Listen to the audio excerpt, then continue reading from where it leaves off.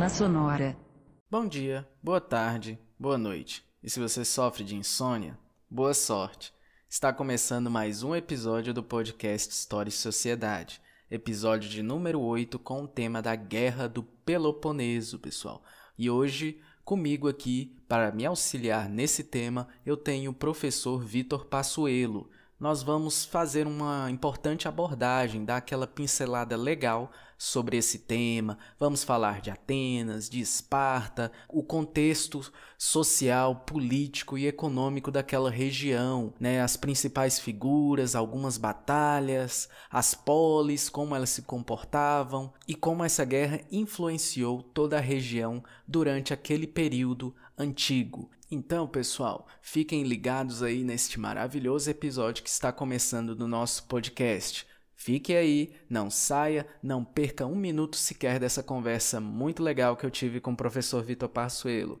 Então, roda a vinheta! A tomada que as ativas pelo Portugal foi o primeiro país a realmente tomar uma posição e colar o segundo até a. Olá pessoal, estamos começando mais um episódio do podcast História e Sociedade e hoje eu tenho como convidado o professor Vitor Passuelo e o tema de hoje é sobre a Guerra do Peloponeso. E, antes de mais nada, eu gostaria que ele pudesse se apresentar. Vou dar esse espaço aí, fique à vontade para se apresentar, professor.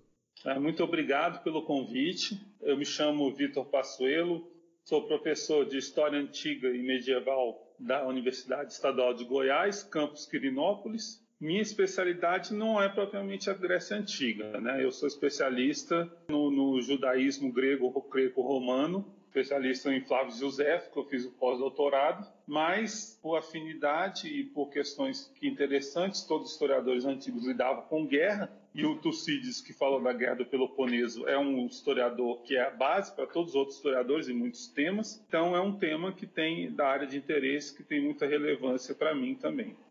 Obrigado, professor. Antes da gente começar com as perguntas, vamos dar aquela pequena introdução sobre o que foi a Guerra do Peloponeso, né? Por que ela ocorreu, qual foi a importância dela para a formação, para a reformação da Grécia após o seu fim. Vamos lá. A Guerra do Peloponeso foi um acontecimento muito importante, porque as consequências dela foi que ela levou à formação de um outro mundo grego no século IV e no século III, tá? A gente considera, assim, como o fim da Grécia, se a gente considerar esse fim da Grécia que é muito importante, que é a Grécia clássica do século V, onde Atenas, depois da vitória das guerras médicas, antes, teve uma dominação, fez uma hegemonia, tá? O que é hegemonia? É um domínio econômico e político sobre quase todo o mundo grego. Então, esse domínio da Grécia clássica deixou muitos textos, influenciou nossa cultura, a criação da democracia, as grandes tragédias. Então, muita gente, principalmente aqui, isso é bom observar, muita gente considera o fim da Grécia, o fim dessa Grécia clássica que é mais estudada nos livros didáticos. Mas aqui eu vou dar um sentido no seguinte questão.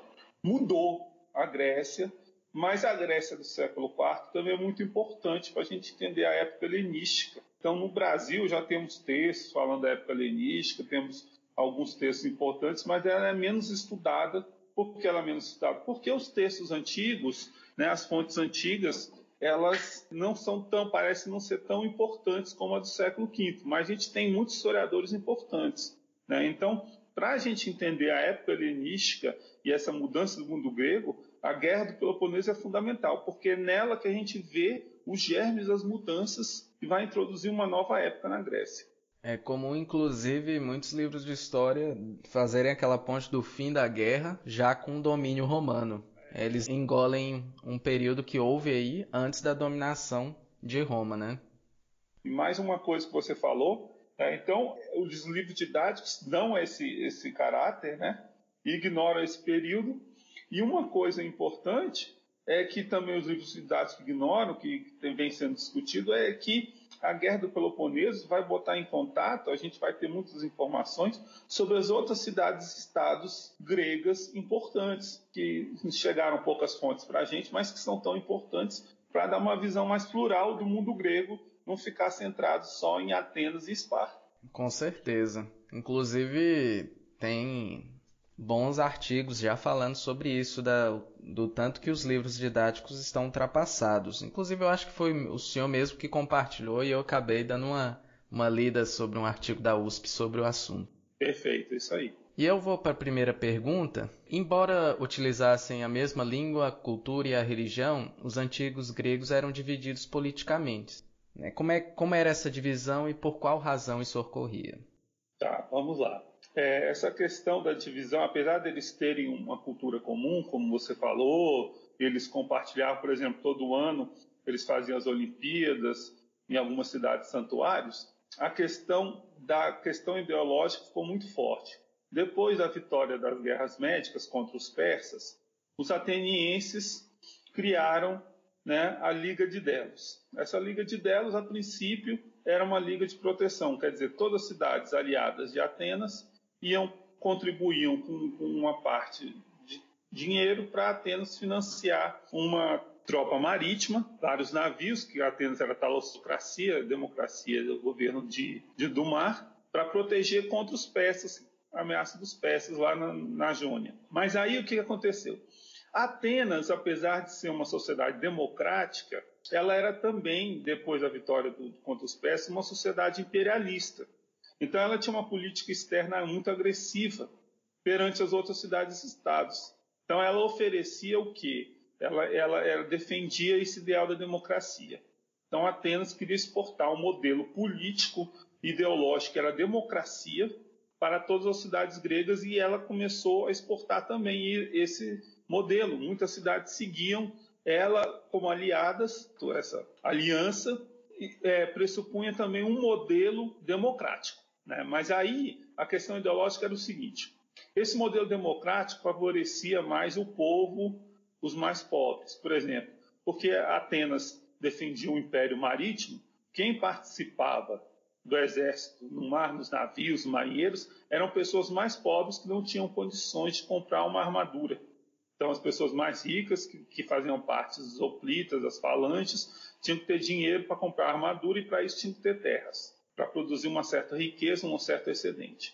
Então, existia uma divisão seguinte: várias cidades tinham oposição entre a oligarquia, que é esses hoplitas que tinham terras e que defendiam um governo mais conservador, digamos assim, da oligarquia. As pessoas defendiam, a maioria das pessoas, um governo democrático, se alinhavam mais com Atenas. E o que isso quer dizer?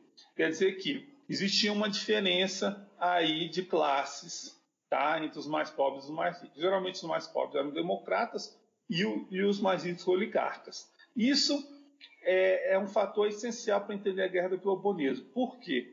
Porque nas cidades, mesmo aquelas cidades que existiam que eram pró-Esparta ou pró-Atenas, né, que a Esparta também tinha uma outra liga, que era a Liga de Peloponeso, né, existia uma rivalidade. Então, digamos que o termo que o Tucídides fala, que é a nossa principal fonte sobre a Guerra do Peloponeso, é estasis. Então, existia um princípio de guerra civil entre todas as cidades antigas da Grécia clássica, e essa guerra civil é entre oligarcas e democratas que tinham apoio das pessoas mais pobres, tá? Mas esse é o esquema correto, né? O que a gente entende. Mas a gente pode lembrar também que existiam também subdivisões aí. Por exemplo, determinada cidade era democrata, tinha os mais pobres, mas apoiava alguns oligarcas. Então essa divisão podia variar de acordo com os interesses. Mas em tese era isso aí. Então isso provocou uma guerra civil em toda a Grécia. Então essa divisão era uma divisão, como você perguntou, política e ideológica. Uns defendendo a oligarquia, geralmente a oligarquia era pró-Esparta, e os democratas eram pró-Atenas. Dizem que o grande estopim foi realmente a política, né? E dizia que, como o senhor falou, Atenas era uma cidade mais rica, mais poderosa e tinha um sistema democrático, hein? E aquilo criou um alarme no regime oligárquico de Esparta, né? Principalmente das suas aliadas. Aí tornou esse pavio aí para acontecer a guerra, não é, professor? A segunda pergunta é como ocorreram as formações das ligas de Peloponeso e Delos? Essas ligas, por exemplo, como eu já falei, a Liga de Delos, vamos primeiro a Liga de Delos. Com a vitória, aí no século VI, princípio do século V, né, na Atenas clássica antes de Cristo, com a vitória contra os persas, Atenas criou essa Liga de Delos, porque Atenas foi a principal responsável pela vitória, apesar da participação dos espartanos, foi importante também, né, os 300, tem até o filme dos 300, no desfiladeiro das Termópilas. Mas Atenas suportou, foi invadida pelos persas, suportou tudo isso e conseguiu vencer na Batalha de Salamina contra os persas. Então Atenas foi a que principal sofreu e que a principal que ganhou a guerra contra os medos. E aí Atenas dominou todo o comércio no Mar Jônico pelo poderio naval. E ele foi montando aos poucos seu poderio. E para manter esse mundo grego ativo e unido, Grécia criou a Liga de Delos. Que era, o tesouro ficava em princípio na ilha de Delos, a cidade-estado de Delos, mas depois foi todo transferido com Atenas. Com esse tesouro, Atenas garantia não só a segurança dessa cidade, caso houvesse uma invasão persa pelo seu poderio naval, mas esse tesouro também financiou as grandes construções e fez Atenas ser uma potência hegemônica. E um caso muito importante foi que quando o Péricles, né, que é o grande governante, o pai da democracia ateniense, né, ele criou a cidade, murou, tá, entre o porto de Pireu e Atenas, que era uma distância considerável. Ele fez uma cidade toda murada e cercou Atenas com muros grandes, indefensáveis, e esses muros foi um sinal de alerta. Um sinal de alerta que Atenas podia suportar uma invasão espartana, porque os espartanos tinham os melhores guerreiros de terra, infantaria, digamos assim, e suportar qualquer invasão dos outros povos inimigos, né? Então foi nesse sentido. Essa Liga de Delos. A Liga do Peloponeso foi formada porque Esparta tinha uma característica bem diferente das outras cidades-estados. Ela, como se fosse, controlava muitos povos que ficavam dentro da península do Peloponeso. Ilotas, alguns outros povos. Gregos também, todos esses são gregos. A gente está falando de uma guerra civil grega. E ela fez essa liga como uma espécie de liga defensiva, porque esses povos, como Esparta era muito poucos, os guerreiros espartanos eram muito poucos em relação à população de Ilotas, que eram os povos semi-escravizados da Península Peloponeso e dos seus vizinhos, ela fez uma liga defensiva, porque ela tinha medo que essas cidades vizinhas, pela condição de serem escravizadas e serem colonizadas por Esparta, se tornassem defensoras da liberdade pró-Atenas. Então ela criou essa Liga do Peloponeso com sentido defensivo. A princípio era isso. Por quê? Porque Esparta não era um império hegemônico, nem tinha essa pretensão de expansão econômica. Por exemplo, os espartanos usavam como moeda um bastonete de ferro. Então não tinha valor de troca. Atenas já estava com dracma, uma moeda grega, que é o símbolo, a corujinha, já espalhada no Mediterrâneo todo, como sendo um império marítimo. Né? Acho que a principal questão é essa aí. Tá certo, professor. E após o início da guerra, foi feita a assinatura da Paz de Nícias. Só que ela durou um pequeno período de tempo e logo a guerra retomou com toda a força. E por qual razão ou quais razões ela não foi honrada? A Guerra do Peloponeso, ela teve uma característica diferente das outras guerras que o mundo grego participou. Se a gente diz que ela foi uma guerra assimétrica, quer dizer, uma guerra que envolveu civis, envolveu táticas, caramuças, terrorismo, guerras à noite. Não foi uma guerra clássica, não teve episódios clássicos, mas não era a guerra clássica que essas falanges se enfrentavam. Isso só em determinadas, 2 vezes, acho que foi a Mantineia, que é a cidade de Mantineia, que teve uma guerra clássica de falange contra falange, e na captura de outra cidade, num cerco. Então, a Guerra do Peloponeso foi dividida em 3 fases. Então, foi uma guerra muito longa. E por isso a gente já tem essa característica, que foi uma guerra sem igual, né? Até o título do livro muito bom, que eu recomendaria para todo mundo ler, do Victor Davis Hanson, professor de estudos clássicos da Universidade da Califórnia, né? Então, que aconteceu? A paz de Nícias foi um líder conservador de Atenas, que depois de uma batalha de Anfípolis, que morreram muitos atenienses, graças ao general espartano conseguiu cercar e matar muitos atenienses, esse também morreu, o general espartano Brásidas, decidiram fazer uma paz porque essa guerra estava com problemas para ambos, o mundo grego inteiro.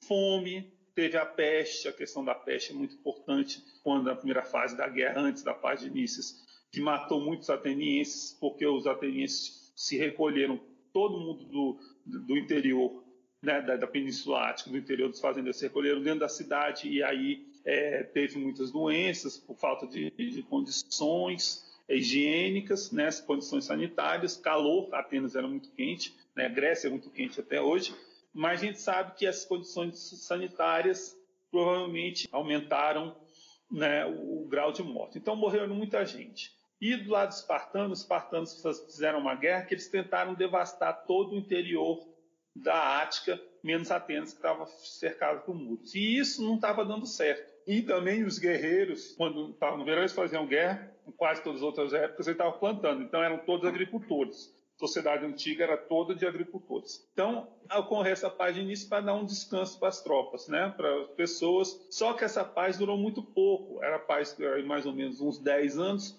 só durou uns 15 anos, só durou uns 6 a 3 anos. E foi logo rompida. Por quê? O que aconteceu? Aconteceu que, com a peste em Atenas, morreu o grande líder Péricles de Atenas, que tinha participado das guerras médicas anteriores, já estava mais velho. E aí, então, a sociedade ateniense mudou muito, sofreu muito com a peste, e a doença veio voltando várias vezes. Os líderes espartanos também estavam muito preocupados, e começou uma tática do terror. Então, obedecer um tratado de paz, a paz não era uma opção, e esse caráter intestinal, esse caráter de guerra civil, de táticas de terror, de guerra assimétrica, de queimar, matar civis, né? A Grécia entrou numa escalada de guerra continuada. Foi por causa disso que ninguém obedeceu. Então não tinha um conceito de paz ainda, nem de relações internacionais como a gente tem na modernidade entre as cidades-estados gregas. Só que as guerras antes da Guerra do Peloponeso eram guerras que a gente diz simétricas, né? Uma falange contra falange, exército contra exército no campo de batalha. Agora não, agora tinham várias outras táticas, porque a questão das emoções, de infligir o terror, era necessário, que era descobrindo que essa tipo como se fosse uma guerra fria, também nesse sentido, novas táticas, né, de fazer guerra, não era só guerra clássica. Então esse espírito de terror, espírito de controle das emoções não tinha nesse sentido, uma guerra por dominação total mesmo entre o mundo grego. E envolvia também, provocada pelas outras cidades aliadas, tá? Então aliadas de Atenas e Esparta estavam incentivando e participando também. Então a gente tem muita guerra isolada. Então de repente uma tropa ateniense vai invadir um determinado cidade dentro da Península do Peloponeso, Esparta entra junto com o seu principal aliado, que é a Tebas, a Boécia, para invadir um forte que era importante para entrar na Península Ática e por aí vai. É mais ou menos como se a gente imaginasse uma grande guerra e dentro dela batalhas isoladas, né? Como a gente pôde ver numa Segunda Guerra, onde nós tivemos várias batalhas isoladas. A Guerra do Peloponeso, tanto as outras cidades e estados também entraram em guerra, não foi só Atenas e Esparta, mas muitas vezes passa o limbo sobre elas. Era como se Atenas e Esparta sozinhas fizessem a guerra. Não foi isso que aconteceu, não é, professor? Aí só lembrando, como você falou, tem estudos que falam essa comparação. A gente podia comparar com a Primeira Guerra também, que é aquela guerra de trincheira, ficava sem sentido, um matando o outro, nesse sentido, né, sem às vezes uma lógica. Só por participar de uma liga, enquanto o outro era uma liga rival. Entre o meu inimigo, eu vou invadir por causa disso também. E é uma guerra que foi longa, como o senhor já falou, né? Durou aproximadamente 27 anos, aí eu coloquei aqui que quase 3 décadas de batalha, né? O que foi que fez Esparta e seus aliados, claro, se sobressaírem sobre a Liga de Delos e saírem vitoriosos dessa guerra? Elas saíram vitoriosas, né, a Liga de Esparta, mas o saldo geral é ruim para toda a Grécia continental pela perda de tropas, perda de soldados, né, e de pessoas também. Mas o que aconteceu foi o seguinte: Péricles tinha uma tática que era: os espartanos podem invadir a Ática, invadir o interior de Atenas, que nós, Atenas, vamos ficar aqui nos muros, então não vamos ser atingidos. Então, Atenas tinha condições de suportar uma guerra mais prolongada do que Peloponeso, pela sua própria riqueza, tá? Pelo comércio marítimo. Então, enquanto ela dominasse o comércio marítimo, ela teria suprimentos, poderia aguentar um cerco de vários anos, né? Então, essa era a tática de Péricles. Mas a peste, que matou uma porcentagem muito alta da população de Atenas, diminuiu o número de soldados e matou o Péricles, o principal grande líder, também contribuiu para essa queda. Agora, Esparta, se ficasse só com a guerra de infantaria, guerra por terra, com as falanges, não ia ganhar. Acontece que, além da peste, né, Esparta, na terceira fase da guerra, né, ganhou algumas batalhas campais, como Antinéia, por exemplo, mas ela decidiu fazer construir uma grande frota. Então, Esparta não tinha tradição marítima nenhuma. Ela tinha alguns aliados que tinham algumas frotas, como Corinto, que era uma cidade comercial, que uma das causas da guerra foi a briga entre Corinto e Atenas, por comércio. Mas aconteceu também que, na segunda fase da guerra, Atenas, aí morreu Péricles, assumiu Alcebiades, que era um jovem general, né, muito ambicioso.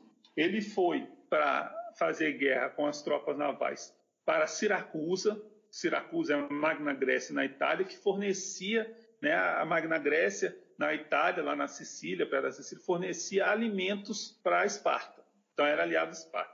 Só que isso já na segunda fase da guerra, logo depois da paz de Nícias. A paz de Nícias durou, como a gente falou, durou pouco tempo. Então o que aconteceu?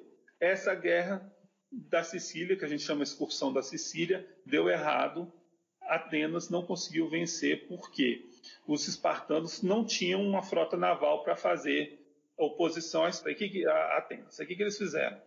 Um general chamado Gilipo chegou lá antes e treinou os siracusanos em táticas de guerra, e eles conseguiram ganhar de Atenas. Então Atenas perdeu muitos navios, então já abalou aí o poderio de Atenas, que era a frota naval. Já estava com poucos homens por causa da peste. Na primeira fase da guerra, que a gente diz a guerra arquidâmica, porque foi Arquidamos, general ateniense, general espartano, que fez essa tática de destruição do interior do campo de Atenas, da Ática.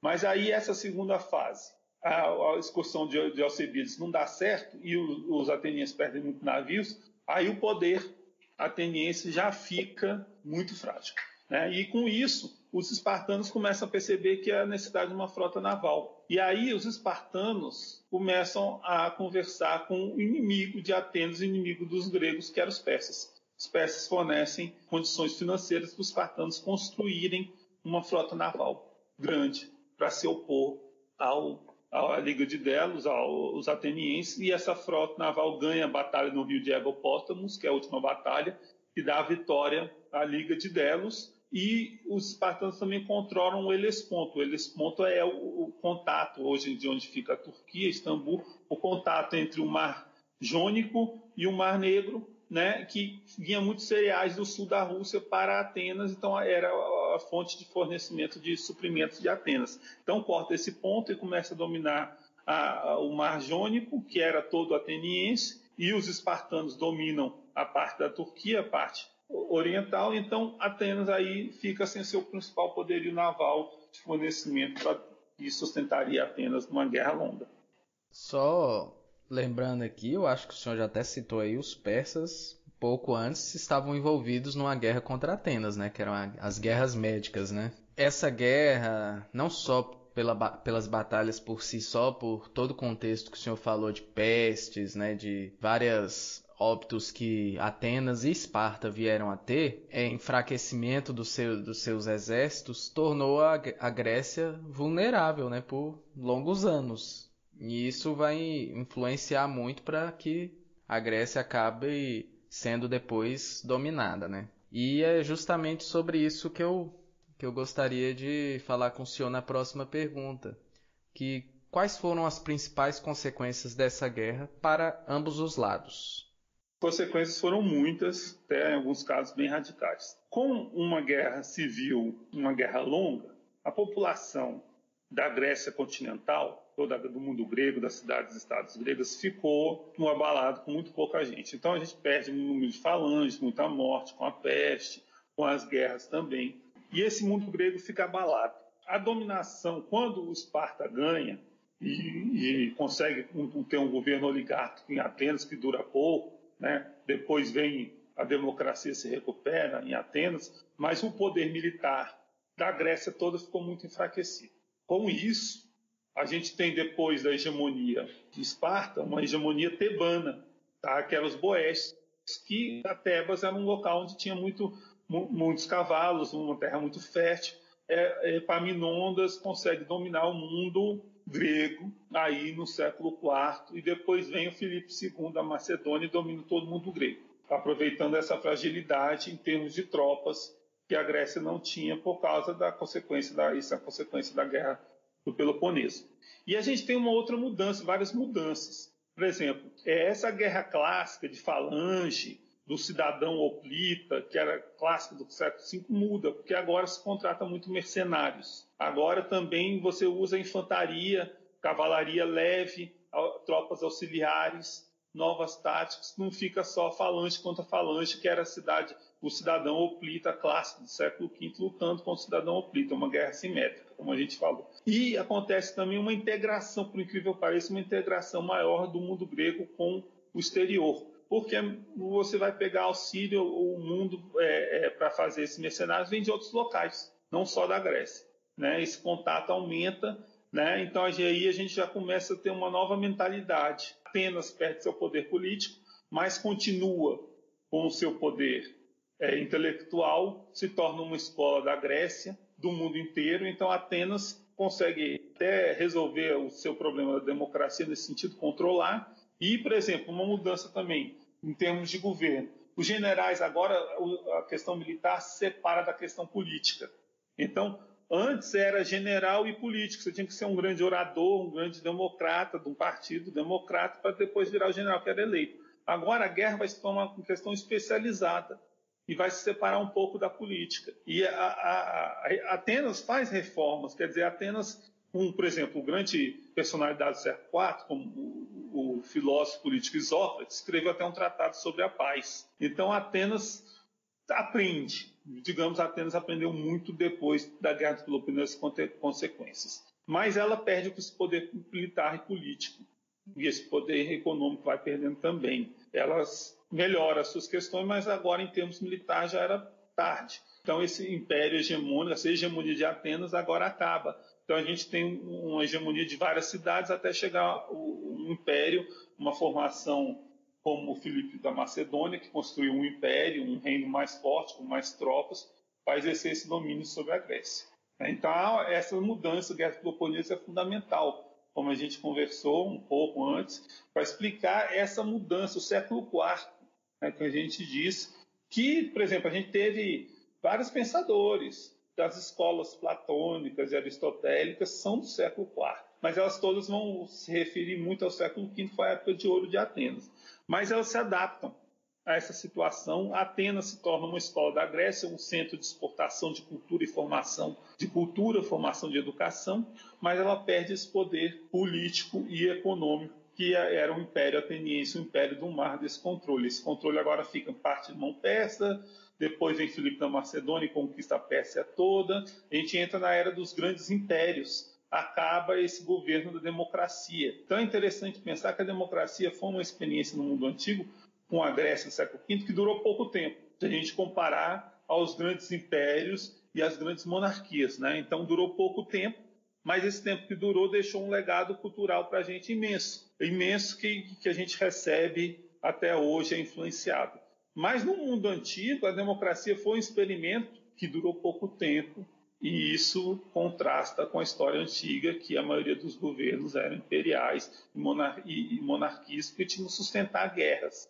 Então, para sustentar uma guerra, para você concentrar esforços em guerra, você tem que ter um império que era mais centralizado, que centralizava a força, canalizava tudo para uma coisa. Então, a gente viu que esse modelo de cidades-estados, com as suas liberdades, lutando com a experiência democrática, contra a experiência oligárquica, de cidades-estados independentes, a longo prazo não daria certo, porque o mundo antigo era movido para a guerra.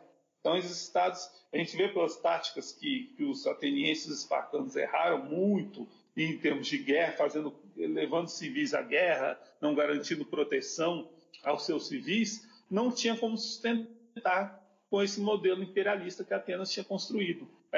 Atenas queria, voltando à Guerra do Peloponeso com Péricles, queria se expandir? Queria. Será que Atenas não tivesse expandido, não tivesse sido a peste, teria durado mais? Provavelmente sim, mas o Tucídides, que é a nossa principal fonte, historiador, fala que a guerra era inevitável por esse caráter belicoso dos gregos, né? Me veio aqui à cabeça agora, o senhor falando de Filipe II, da escola da Grécia. O filho de Filipe II foi aluno de Aristóteles e depois se tornaria o Alexandre Grande, não é? Outra história, mas importante para retomar alguma coisa no mundo grego clássico, mas entramos em um outro mundo, mas também que é o mundo grego, e é um mundo muito complexo e que é importante. Inclusive, você pega um livro didático de história, você lê muito pouco sobre o reino da Macedônia de Filipe. Você quase não vê, é como se fosse imperceptível, é como se Alexandre existisse, mas não tivesse um berço, né, que foi onde que ele nasceu e depois foi educado lá em Atenas. Mas você não vê em livro didático de ensino médio falar sobre a Macedônia. Você vai estudar sobre a Macedônia se você se dedicar a estudar aquilo mais para frente, numa universidade. Então, os livros eles resumem tanto que eles atropelam e eles não procuram se atualizarem muitas vezes. Eu vejo muita coisa em livro didático que está ultrapassada até mesmo na história do Brasil. E é importante a gente saber que o Peloponeso não acabou com a Grécia, enfraqueceu sim, mas não acabou. Ainda houve um período após essa guerra. Então, professor, era mais ou menos isso mesmo que eu pretendia fazer, dar uma pincelada, né, como se fosse um resumozinho, uma visão sobre o assunto, a gente debater um pouquinho aqui sobre o assunto. Eu agradeço a sua atenção, a sua disponibilidade em estar aqui participando do podcast, tá? Fica aqui o meu muito obrigado e eu gostaria de deixar esse espaço aí, caso o senhor queira deixar alguma sugestão de livro ou de vídeo, ou mesmo sugerir alguma página ou algum canal do YouTube que o senhor tenha, pode ficar à vontade aí, professor. Bom, eu ainda não tenho podcast, né? Mas eu sugiro para muita gente que está se interessando, porque estamos problema da pandemia, está saindo muita coisa boa, muito podcast, muita entrevista sobre a peste em Atenas, as consequências da pandemia. Né? Que Atenas, isso é um assunto importantíssimo, né? E é muito importante para o Tucídides, que é a principal fonte da Guerra do Peloponeso, né? Então isso é importante. Tendo aí, é só vocês procurar que vocês vão achar. Sobre a Guerra do Peloponeso, eu recomendo esse livro, Uma Guerra Sem Igual, da editora Record, do Victor Hanson Davis, que é um relato muito completo sobre a Guerra do Peloponeso, que vai além da guerra, né? Então, por quê? A guerra era um assunto chave para os historiadores antigos, mas os historiadores antigos falavam muito mais sobre a questão da tragédia, então em Tucídides a gente tem tudo isso. E o livro do Victor Hanson Davis resume essa relação de guerra e cultura, essa questão das tragédias gregas, fala especialmente, mas fala muito, fala do impacto da peste, então não é só militaria, digamos assim. Então o mundo grego não é só militaria, é muito mais do que isso em culturas, questões sociais, culturais, né? Própria reflexão sobre a história, natureza e história, isso é um tema muito estudado, é muito estudado no Brasil, tem vários historiadores especialistas aí, então eu recomendo esse livro. O outro livro que eu recomendo, que aí já fala do século IV, que é um poucos que tem, é dos Democratas aos Reis.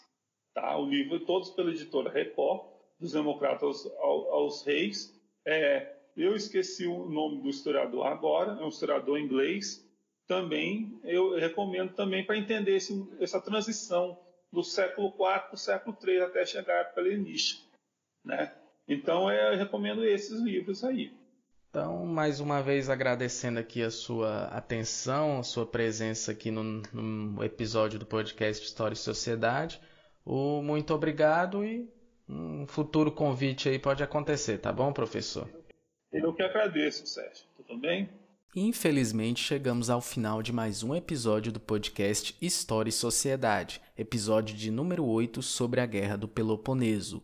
Na próxima semana voltaremos com mais um episódio bacana, quentinho, saindo aí para você, pessoal. Fiquem na paz, um beijo no coração de todos vocês e vamos que vamos! O podcast História e Sociedade é produzido e editado por Sérgio Amaral e Vinícius Orix. Você nos encontra nas mais diversas plataformas de streaming de podcasts.